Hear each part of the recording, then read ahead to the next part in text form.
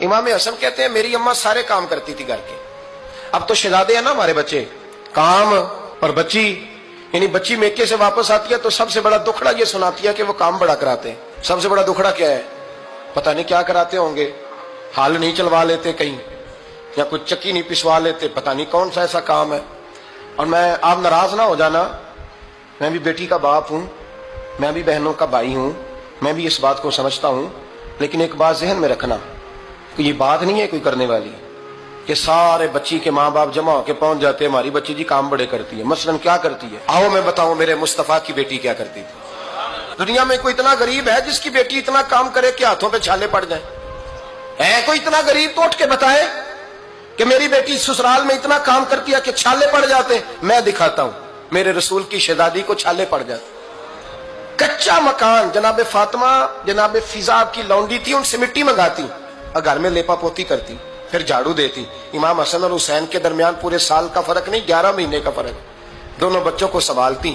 جناب علی کی والدہ حضرت فاطمہ بنت اسد بوڑھی تھی, جناب فاطمہ وہ کھول کے نوکری کرتی کہ حضرت فاطمہ بول پڑتی, حضرت فاطمہ بنت اسد بول پڑتی. کہتی بیٹے فاطمہ میرا اتنا نہ خیال رکھا کر, تیرے اپنے بھی بچے ہیں. جناب فاطمہ فرماتی آپ صرف علی کی ماں تو نہیں نا, آپ میری بھی تو ماں ہے نا. یہاں بیٹیاں فلسفہ بیان کرتی ہیں, وہ کہتی ہیں جی کس حدیث میں آیا ہے ساس سسر کی خدمت فرض ہے؟ میں نے کہا کسی میں بھی نہیں آیا, لیکن یہ تو آیا ہے نا کہ شوہر راضی ہو تو اللہ راضی رہتا ہے. تو اگر شوہر ماں باپ کی خدمت سے راضی ہوتا ہے تو کرو خدمت, اس کو تو راضی کرنا ہے نا, اس پر تو توجہ دو. حضرت فاطمہ پھر چکی پیستی. چکی چکی یہ آسان جملہ نہیں, کہہ جاتے ہیں ہم, سن لیتے ہیں آپ. چکی پیس کر, جو پیس کر اس کا آٹا بنانا, پھر بچوں کے لیے کھانا پکانا. پھر ایک دن کہنے لگے علی آپ کی آمدن تھوڑی ہے, خرچے زیادہ, چرخا نہیں لا دیتے. فاطمہ کیا کرو گی؟ فرمایا تھوڑا سا سود بنا لیا کروں گی, تم بیچ آیا کرنا. چلو میں تھوڑا ہاتھ بٹاؤں گی. یہ ساری ڈیوٹیاں کر کے حضرت حسن برواتے ہیں. پھر عزت والے رسول کی عزت والی بیٹی, پھر شانوں والے نبی کی شانوں والی بیٹی, پھر پاک محبوب کی پاک شہزادی, ساری ڈیوٹیاں کر کے رات کو مولا علی سے کہتی اگر آپ اجازت دیں تو اللہ کو راضی نہ کر لوں. حضرت علی فرماتے فاطمہ جیسے دل کرے. تو امام حسن کہتے ہیں پھر میری ماں مصلی بچھا لیتی اور پھر ساری رات وہ نماز پڑھتی, ساری رات.